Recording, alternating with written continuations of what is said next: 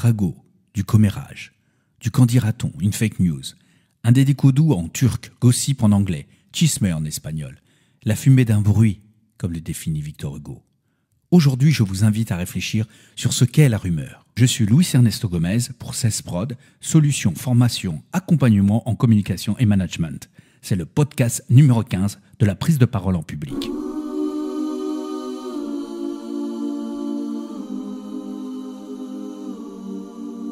Nous procéderons ainsi.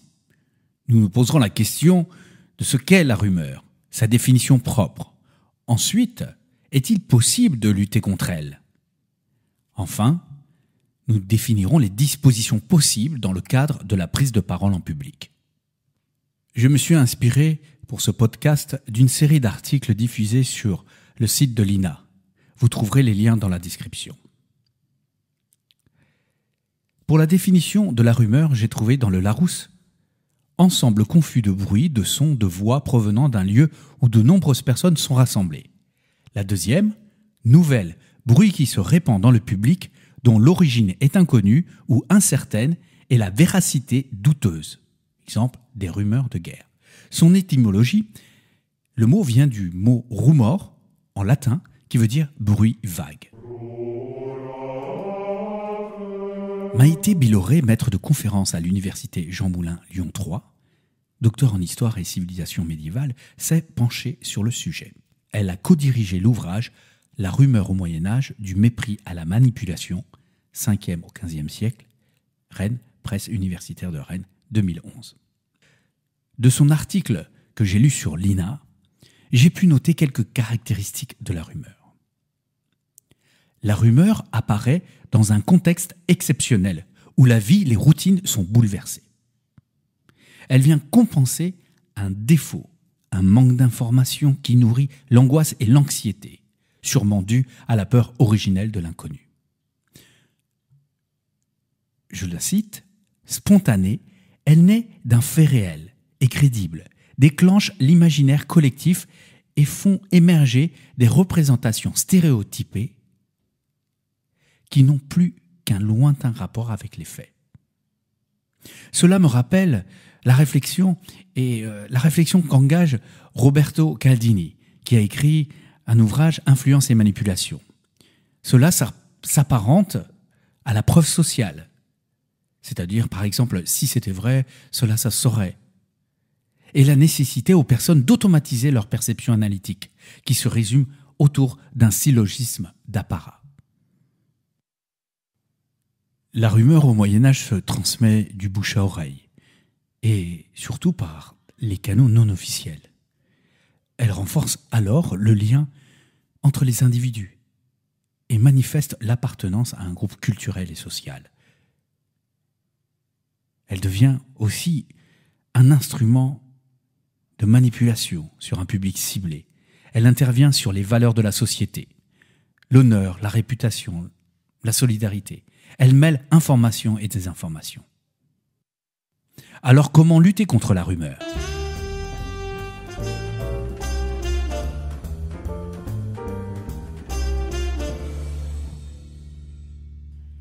En effet, la question ne se pose pas que au Moyen-Âge, bien sûr. Elle se pose surtout aujourd'hui. Comment lutter contre cette rumeur ? Philippe Aldrin, professeur à Sciences Po Aix, a une approche dans l'article que je citais précédemment sur le site internet de l'INA, est intéressante. Son approche est intéressante. Il nous propose d'approfondir la définition de la rumeur pour ensuite étudier ses caractéristiques et sa mécanique. Puis, il nous décrit les 7 points à tester quant aux formes sociales du phénomène. Je le cite. Plus qu'une croyance collective irrationnelle, la rumeur doit être définie comme un dispositif communicationnel singulier au sein de l'économie générale de l'information. Ce qui est remarquable dans cette définition, c'est vraiment le détachement pris par rapport à la rumeur. En effet, il s'agit là d'un dispositif communicationnel singulier, c'est-à-dire une mécanique, un phénomène de communication, produit par des individus. Mais aussi, il est lié a un contexte bien précis, le contexte de l'information. Mais j'aime entendre l'économie générale de l'information, c'est-à-dire les échanges, le mode d'échange, de transmission, de production de l'information, des canaux, les codes, les canaux de diffusion. En effet, toute cette économie générale change en fonction des sociétés et des époques.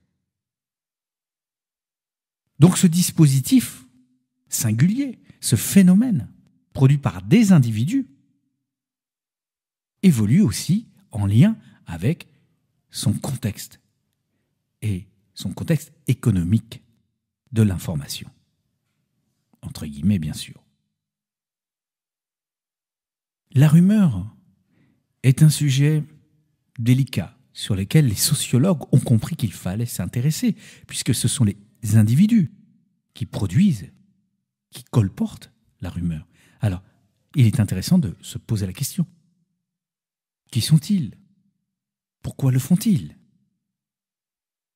Après plusieurs études sur le sujet, 7 points de connaissance se sont aujourd'hui attestés quant aux formes sociales du phénomène.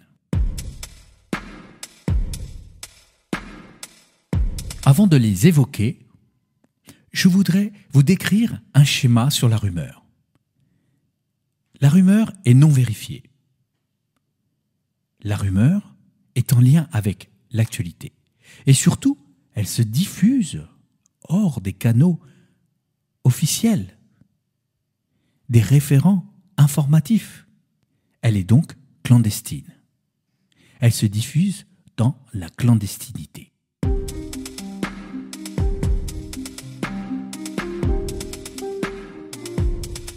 Nos 7 points de connaissance quant aux formes sociales du phénomène.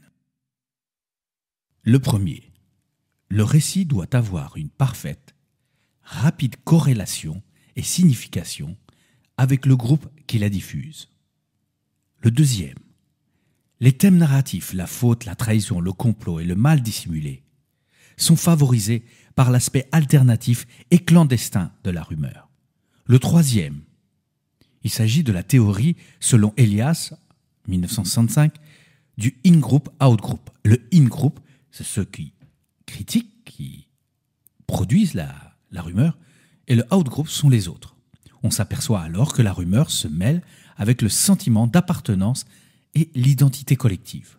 Le quatrième, la rumeur se diffuse surtout à travers les réseaux de relations ou les communautés de valeurs.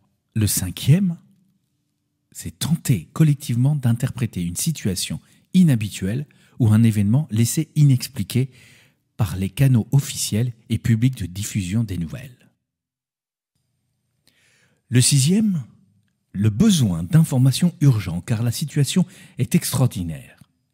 Elle favorise donc le crédit au récit, même s'il paraît invraisemblable. Et il favorise aussi les comportements de panique. Le septième, enfin, les individus qui entrent et participent au processus de transmission d'une rumeur n'y croient pas nécessairement.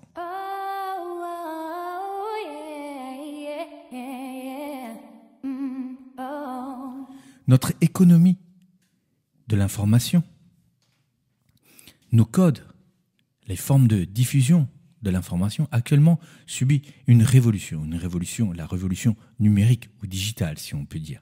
Mais pourquoi une révolution ? Parce que la mondialisation de cette information, le mode de diffusion par Internet, par les réseaux sociaux, a bouleversé aussi nos référents de l'institution, nos référents de l'information. En effet, nous avons des écoles de journalisme avec une carte de journaliste qui était une sorte de preuve de la véracité, du moins d'une véracité acceptée du travail du journaliste. Maintenant, tout le monde peut diffuser un article. Tout le monde peut parler sur le web et de façon internationale. Donc, la rumeur est favorisée dans un tel contexte. Surtout si on ne connaît pas tous les codes, si on ne maîtrise pas encore tout cette économie de l'information. Alors on se penche sur une réflexion, sur la réflexion de nous devons cadrer cette rumeur, cadrer l'information. Mais attention, nous marchons sur des œufs, puisque entre cadrer une information, le pas est vite fait vers la censure. Donc, est-ce que la rumeur favorise-t-elle la démocratie, ou est-ce que la rumeur est contre la démocratie? Là sont les questions de fond. C'est pour ça que les États adoptent une certaine forme de législation qui est toujours mouvante. Alors comment lutter contre la rumeur? À notre stade, à notre échelle, pour ma part, je penserais à une lutte plus personnelle. Lutter contre la rumeur, c'est peut-être de ne pas colporter cette rumeur. Donc savoir l'identifier et ensuite de savoir quand est-ce qu'on la colporte. C'est la seule action à notre échelle qu'on peut adopter. L'orateur, le preneur de parole, prend alors des dispositions particulières. En effet, il doit vraiment travailler le choix de ses mots. En fonction de quoi? En fonction de son audience. Et s'assurer que dans quelle économie de l'information il va s'exprimer, agir, en sachant que l'acte de prendre la parole est vraiment une action, un fait. Donc, il va s'intéresser et il va s'assurer que l'audience soit dans la même économie d'information et aussi si elle est au même niveau de la maîtrise de cette économie d'information. C'est important pour vraiment limiter les dégâts d'une rumeur. Mais attention, une rumeur reste un phénomène de communication. Alors, nous pouvons aussi utiliser ce phénomène, cette mécanique, pour la bienveillance, pour la construction de l'échange. Je vous propose alors quelques outils, quelques clés pour vous préparer à travailler avec cette rumeur. J'appellerais ça des filtres, ceux de Socrate et ceux de Don Miguel Ruiz. Les 3 filtres de Socrate. Cette histoire et le dialogue est tiré du livre La caverne et l'ange gardien. Vous trouverez les liens dans la description, bien sûr. Quelqu'un vient un jour trouver Socrate et lui dit « Sais-tu ce que je viens d'apprendre sur ton ami ?»« Un instant, répondit Socrate. Avant que tu me racontes, j'aimerais te faire passer un test, celui des 3 passoires. » Les 3 passoires. Mais oui, reprit Socrate. Avant de raconter toutes sortes de choses sur les autres, il est bon de prendre le temps de filtrer ce que l'on aimerait dire. C'est ce que j'appelle le test des 3 passoires. La première passoire est celle de la vérité. As-tu vérifié si ce que tu veux me dire est vrai? Non, j'en ai simplement entendu parler. Je ne sais donc pas si c'est la vérité. Très bien. Essayons la deuxième passoire, celle de la bonté. Est-ce que ce que tu veux m'apprendre sur mon ami est quelque chose de bon? Ah non, au contraire. Donc, continua Socrate, tu veux me raconter des choses mauvaises sur lui et tu n'es même pas sûr que ces dernières soient vraies. Tu peux peut-être encore passer le test, car il reste la 3e passoire, celle de l'utilité.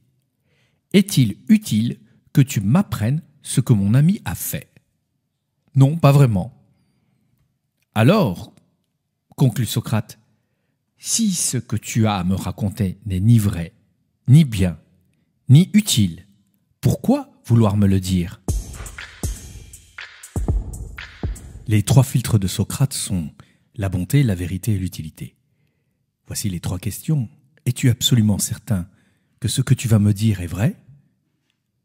Ce que tu vas me dire, est-ce quelque chose de bien?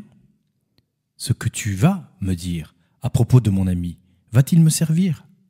La conclusion est, si ce que tu souhaites me dire n'est ni vrai, ni bon, ni utile, pourquoi voudrais-je le savoir? Après Socrate, je vous propose de vous aider dans vos réflexions, dans votre préparation aussi, avec celle de Don Miguel Ruiz, les 4 accords toltèques. Je vous les cite. Le premier, que votre parole soit impeccable. Ici, il utilise impeccable dans le sens premier, c'est-à-dire vraiment sans péché. Ce qui veut dire que vous parlerez avec intégrité. Ne dites que ce que vous pensez. N'utilisez pas la parole contre vous, ni pour médire d'autrui. Le second, n'en faites jamais une affaire personnelle. Ce que les autres disent et font n'est qu'une projection de leur propre réalité. Lorsque vous êtes immunisé contre ça, vous n'êtes plus victime de souffrances inutiles. Le troisième, ne faites aucune supposition. Ayez le courage de poser des questions et d'exprimer vos vrais désirs. Communiquez clairement avec les autres pour éviter tristesse, malentendus et drames. Faites toujours de votre mieux. Le quatrième découle vraiment des 3 premiers. Votre mieux change d'instant en instant. Quelles que soient les circonstances, faites simplement de votre mieux et vous éviterez de vous juger.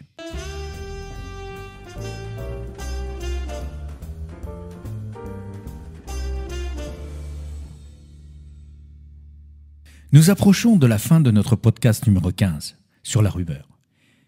J'aimerais rappeler les points principaux. Le premier point est que la rumeur reste un phénomène, une mécanique de la communication. Et elle est portée, elle est produite, elle est transmise par des individus. Et tout l'intérêt et toute l'analyse de cette rumeur est sur leur comportement.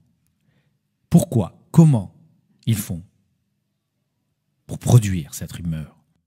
Sans oublier, bien sûr, le lien qui les lie au contexte de l'information, à ce qu'on appelle l'économie de l'information, qui est en perpétuelle mutation. L'économie de l'information, ce sont les codes, les échanges, les canaux de diffusion aussi de l'information, les référents de l'information. Donc, cette étude sur les individus, sur le contexte de l'information, va vous donner les clés pour pouvoir vivre avec la rumeur, pour pouvoir aussi se parer contre les rumeurs malfaisantes, mais aussi peut-être se servir de la rumeur pour de la bienveillance et de la construction. C'est la raison pour laquelle je vous ai proposé, dans la dernière partie, les filtres de Socrate, de Don Miguel Ruiz. Vous, futur orateur, orateur confirmé, vous qui allez prendre la parole, vous êtes acteur et vous pouvez influencer à votre échelle sur comment vivre avec cette rumeur. De mon ouvrage Notes, je voudrais vous citer un petit passage. J'aperçois soudain un nuage. Tiens, j'ai changé d'heure. J'entends la rumeur. Elle m'appelle ou me rappelle à la vérité des hommes pressés de ne plus penser. Chevalier de lumière, hâte-toi, prépare-toi. Ta libre pensée, tes mots et ton poème en seront le bouclier et le glaive. Merci à tous et à toutes de votre attention. Vous pouvez participer à cette dynamique, à cette programmation, à cette production de podcasts audio et vidéo en faisant un don sur notre crowdfunding Perception 360. Et en effet, sur le site cesprod.com, Perception 360, vous pouvez faire un petit don. Il n'y a pas de petit don. Cela nous encourage, cela favorise aussi toute la programmation que nous faisons, nos émissions en live, en direct aussi sur Paroles et Musique et le studio. Je vous dis à très bientôt, je vous souhaite un très bel été. Prenez soin de vous, de vos proches et surtout, faites du bien autour de vous. Au revoir, c'était Luis Ernesto Gomez pour CESPROD. Solutions, formation, accompagnement en management et communication. À très bientôt.